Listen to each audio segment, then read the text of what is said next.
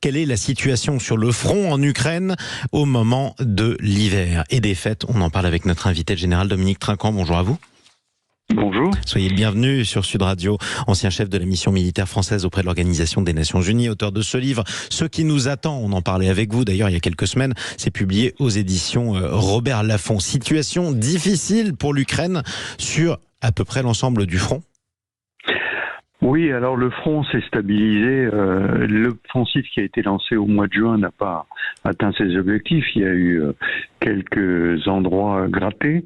Mais par ailleurs, la Russie a relancé elle aussi ses offensives sans d'ailleurs progresser beaucoup plus. Donc on a l'impression que le front s'est stabilisé, qu'à l'approche de l'hiver, les Ukrainiens se sont rendus compte qu'ils n'arriveront pas à percer le système de défense russe qui a été fortifié pendant presque 6 mois, l'hiver précédent en fait, entre le mois de janvier et le mois de juin. Et donc c'est la situation opérationnelle sur le front entre le Dniepr et Kharkiv. En revanche, sur le plan stratégique, il faut aussi reconnaître 2 choses. D'abord, c'est que l'Ukraine, grâce à l'Europe, a une perspective future, alors qui est un peu loin, c'est 2030, mais la porte est ouverte. Ça, c'est le premier point. Ça, c'est pour l'Union européenne. Voilà. Du côté des Américains, beaucoup plus difficile, parce que évidemment les Républicains lient tout financement à l'Ukraine à un financement sur le mur pour empêcher l'immigration qui est forte actuellement aux États-Unis. Et puis le 3e point, bien sûr, ça c'est concernant la Russie, c'est le président Poutine qui s'installe dans la préparation de l'élection du mois de mars, qui n'offrira pas de surprise à personne, mais sur lequel il veut s'imposer comme le chef incontesté de la Russie. Oui, alors on a retrouvé d'ailleurs les déclarations triomphalistes des responsables politiques russes qui bombent le torse au moment où la situation semble plus difficile. Vous parliez des États-Unis et de l'Europe. Il y a eu quand même 2 mauvaises nouvelles en quelques mois pour les Ukrainiens. C'est finalement le refus des Européens et des Américains d'aider financièrement l'Ukraine à court terme. Alors, pour l'Europe, c'est pas à court terme. Les financements de 2024 avaient été votés, donc il n'y a pas de problème pour 2024. C'est pour 2025-2027. Et ces financements 2025-2027 vont être étudiés au mois de janvier. Et on sait que ça va être une discussion de marchand de tapis avec M. Orban en Hongrie, parce que c'est le seul qui le refuse. Pour l'instant. C'est lui qui met son veto pour l'instant.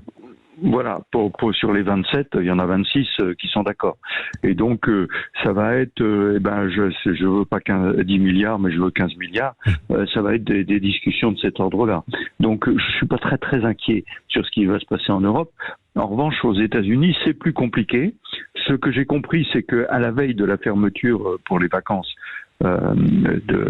du Parlement américain, eh bien, ils sont quasiment au bord de l'accord. Donc, ça devrait également se débloquer en janvier, puisque les commissions vont continuer à travailler quand même pendant les fêtes. Exactement, donc comme ça on pourra suivre la situation. Parlons maintenant de la situation militaire. On entend beaucoup une chose, les Ukrainiens manquent d'obus. Est-ce que c'est vrai ? Oui, c'est vrai. C'est vrai pour une simple raison, c'est que si vous voulez, sans rentrer trop dans les techniques, vous avez 2 types d'obus. Les obus de type soviétique qui font 122 et 152 mm, qui étaient sur les anciens matériels dont disposait l'Ukraine, et le problème c'est qu'il n'y a pas de stock là, les stocks ils sont de l'autre côté, ils sont du côté des Russes, de l'Iran ou de la Corée du Nord, donc là ils ne peuvent plus avoir d'obus pour ça. Et du côté occidental sont des obus de 155 ou les mortiers de 120.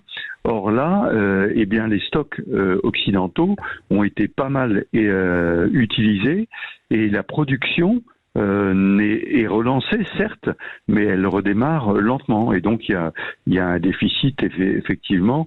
Les Européens pensaient livrer pour le mois de mars 2 millions d'obus, et en fait, ils en livrent actuellement 300 000. Donc, on est loin du compte. Est-ce que c'est ça qui explique ce manque d'obus, qui fait que l'artillerie ukrainienne tire beaucoup moins que l'artillerie russe?